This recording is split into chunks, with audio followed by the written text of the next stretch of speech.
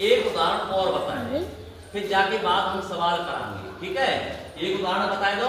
अब एक और बता रहे हैं, जैसे हम संख्या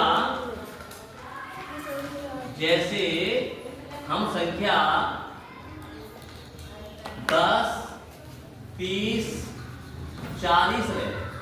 10, 30, 40 यूं मत सोचना कि 3 अंक नहीं लेते हैं, 1, 2, 3 ही लेते हैं ना। 4 कैसा करते हैं, 2 रख सकते हैं, 5 अंक ऐसा करते हैं, कोई टेंशन नहीं। लेकिन अब ये क्या है, हम जिनकी ऐसे खंड हुए, यानी ऐसी संख्या आवे जो तीनों को छोटी छोटी संख्या में भागे चले हो जाए, वो संख्या ज्ञात करनी है। तीनों में ये तीनों को भागे ऐसी कोई संख्या छोटी से छोटी होए, बातें छोटी नहीं होनी चाहिए, जो तीनों को भागे चले हो जाए। नहीं, गलत है। हम 30 मान ऐसा करते, 30 में 10 को चले जाओ, 30 को चले जाओ, लेकिन 40 को नहीं जाओ। हम 40 मान ऐसा करते नहीं। अब सुनो, देखो कैसे हम मौजवानी ऐसे निकालेंगे तो नहीं आ पाएगी। हम ऐसी संख्या मौजवानी निकालेंगे तो नहीं आ पाएगी। तो लेकिन हम क्या करेंगे, हम जाको लासापा ले लेंगे। लासापा मतलब LCM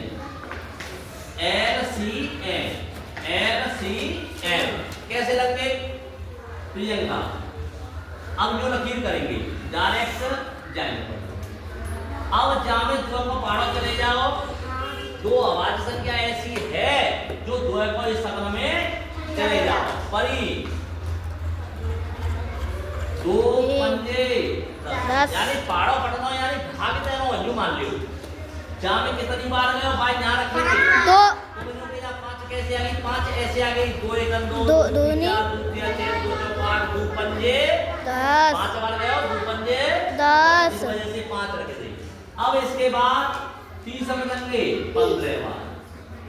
आधा है यहाँ पर, 2 को 5 में भाग दे, उसका आधा कर दे, कोई 2 को भागे यहाँ पर, ठीक है। इसी प्रकार 40 में लेंगे 20, फिर 2 को चले जाओ, 20 है। जब तक 2 को जाएगा, जब तक हम देते जाएंगे।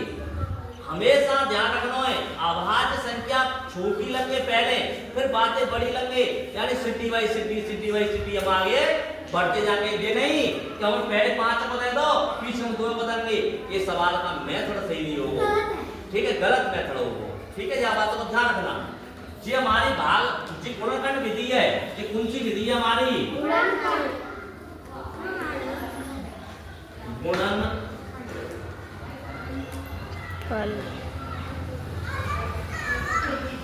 गुणनखंड विधि है।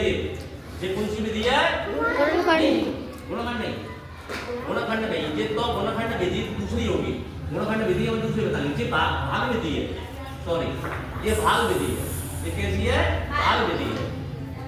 2 विधि होते हैं, भाग विधि, और एक होते हैं गुणनखंड विधि, ठीक है। गुणनखंड विधि, एक गुणनखंड विधि होते हैं, एक भाग विधि होते हैं। गुणनखंड विधि में अभी भी बताऊं, ये भाग विधि है, ये हम भाग विधि ये कर रहे हैं, पहले हम कौन सी कर रहे हैं, भाग विधि है।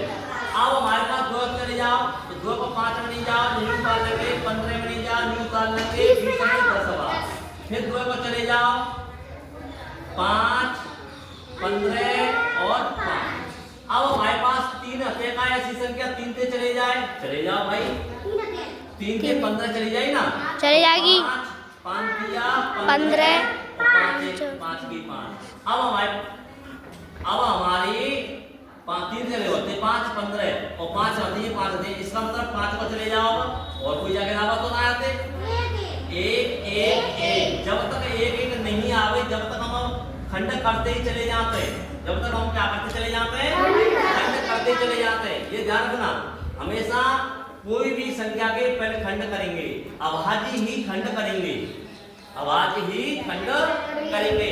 तो जाको जो मतलब लासापा है वो कैसे निकल के आया, बराबर 2 गुणित 2 गुणित 2 गुणित 3 गुणित 5,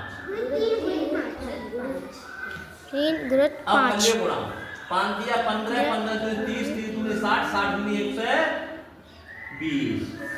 तो आंसर है वो हमारा 120। यानी कि 120 ऐसी संख्या है छोटी छोटी, इससे छोटी कोई संख्या नहीं होगी जो इन तीनों को भागे।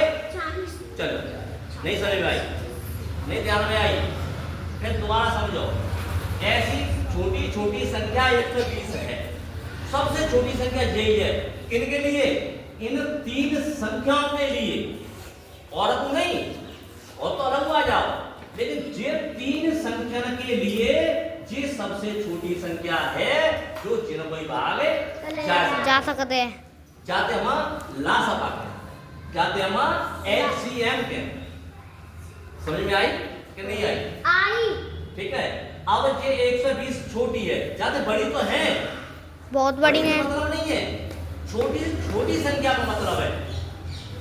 ठीक है, जो उदाहरण लिख दो मैंने, वह छोटी छोटी संख्या जो अंक दैवय होए, जैसे कि अंक दैवय, इनसे पूर्णतः कट जाए, वो छोटी छोटी संख्या वही आपको क्या होता है? एलसीएम, लघुत्तम समावर्तक। कोई परेशानी?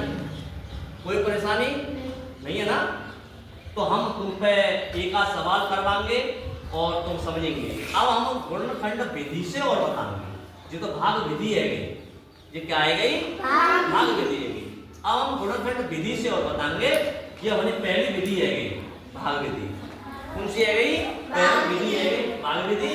अब इसके बाद गुणनखंड विधि और बताएंगे। ठीक।